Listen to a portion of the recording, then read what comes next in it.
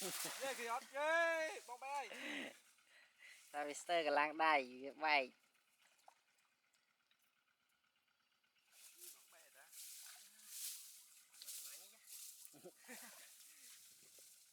Harvester lang đài gì vọt này bay bay vậy. Tại về lịch rồi.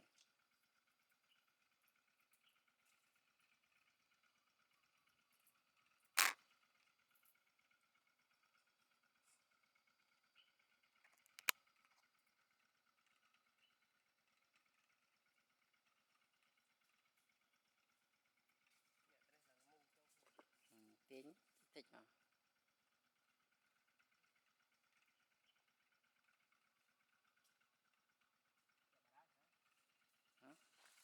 Cal thì tật lẹ viêm mắt.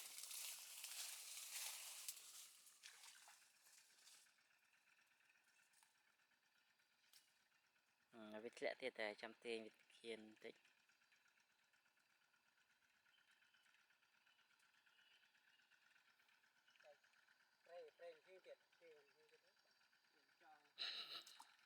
Cho bác lấy co xuống này gì.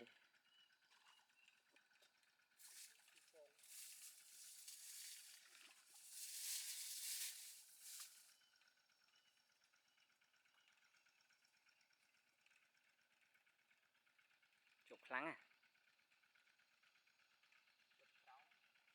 Cái nhạc lăng thì. Ồ, cho bác xem ta.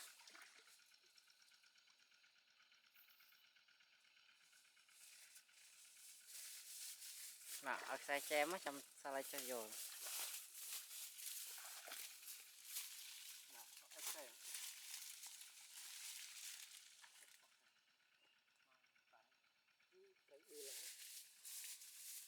Đã lơ tiền.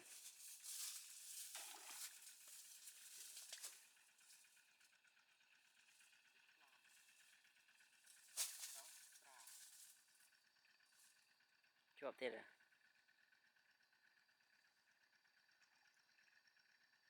Cơ gật.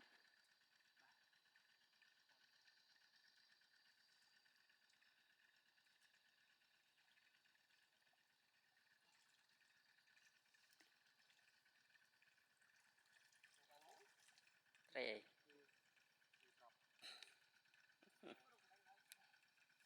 Bác mà.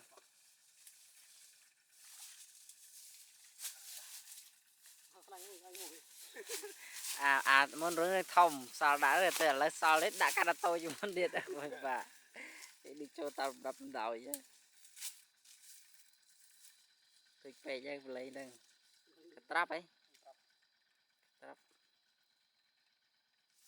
vô mắt